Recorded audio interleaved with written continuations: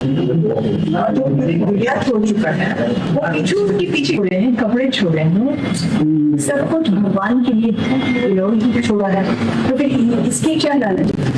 और एक जीव को मार करके दूसरे जीव को बचा नहीं, ऐसे नहीं होता। एक जीव को मार के कम से कम जैन ने 15 लाख मोर मारे हैं और ये साइंटिफिक है, केवल व्यापारियों को मौका क्यों मिला? क्योंकि सरकार ने कानून में निकाला है कि मोर के पंख बिक सकते हैं। और जब हमने उनसे पूछा कि क्यों आपने ये दिया, किसी और चिड़िया के पंख को नहीं बिक सकते हैं, कोई दिया, कौवे के पंख को भी नहीं बेचा। उन्होंने कहा कि इसलिए चाहिए लंबा, जिससे कोई भी जीव नहीं मरेगा।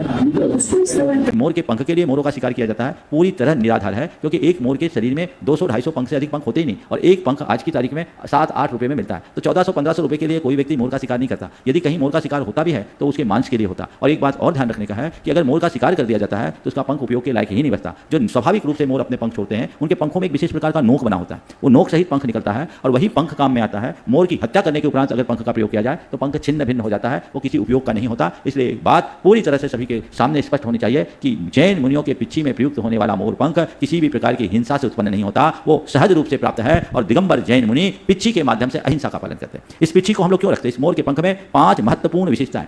पहली बात, ये धूल को नहीं पकड़ता, कितनी भी धूल में डालो झड़ जाएगा। पसीना को नहीं पकड़ता, ये चिकटता नहीं, कहीं भी हो इसमें कोई किसी तरह के जर्म्स नहीं जुड़ते हैं। फिर ये बहुत हल्का होता है। चौथी बात, बहुत मृदु होता है। और 5वीं बात, सुकुमार, इतना सुकुमार कि आंख में भी डाल दो तो पानी नहीं आए, ऐसी चीज़ है। इसका प्रयोग हम लोग कहीं उठते बैठते हैं, किसी सामान को उठाते रखते हैं तो वहाँ कोई सूक्ष्म जीव जंतु ना हो, उनका घात ना हो जाए, उसके लिए इस पंख से कोमलतापूर्वक उसे परिमार्जित करते हैं। फिर वहाँ हम लोग उठते हैं, वहाँ बैठते हैं, उस स्थान पर हम सामान उठाते रखते हैं। तो ये मोर पंख की पिच्छी को रखने का प्रयोजन यही है और हमको उसी तरीके से देख करके समझ करके चलना चाहिए। किसी भी प्रकार की भ्रांति फैलाना अच्छी बात नहीं है। जो लोग भी ऐसा कृत्य करते हैं वो हमें उनको सही जानकारी देनी चाहिए और उसके बाद भी यदि ऐसा करते हैं तो ये उनकी दुर्भावना प्रेरित मानसिकता का प्रतीक समझना चाहिए। सदियों से जैन मुनि दिगंबर मुनि के हाथ में पिच्छी रहती आई है, ये उनका लांछन है, चिन्ह है, इसके बिना वो 7 कदम भी नहीं चल सकते। ये कहना कि मोर के पंख के लिए मोरों का शिकार किया जाता है पूरी तरह निराधार है, क्योंकि एक मोर के शरीर में 200-250 पंख से अधिक पंख होते ही नहीं, और एक पंख आज की तारीख में 7-8 रुपए में मिलता है। तो 1400-1500 रुपए के लिए कोई व्यक्ति मोर का शिकार नहीं करता। यदि कहीं मोर का शिकार होता भी है तो उसके मांस के लिए होता। और एक बात और ध्यान रखने का है कि अगर मोर का शिकार कर दिया जाता है तो उसका पंख उपयोग के मयूर पंख के संबंध में अब उसको इतना ज्ञान नहीं है तो क्या करें।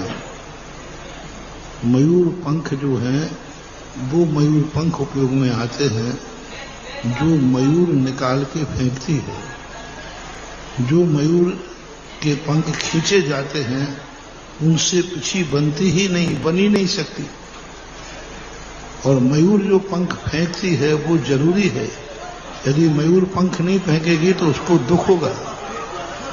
जैसे गाय का दूध निकालेंगे नहीं तो गाय को बहुत नुकसान है, ऐसे ही मयूर के पंख यदि निकलेंगे नहीं तो उसको बहुत नुकसान होता है। अब इतनी अकल उनमें है नहीं, अब क्या वो धर्म कर्म क्या जाने हैं।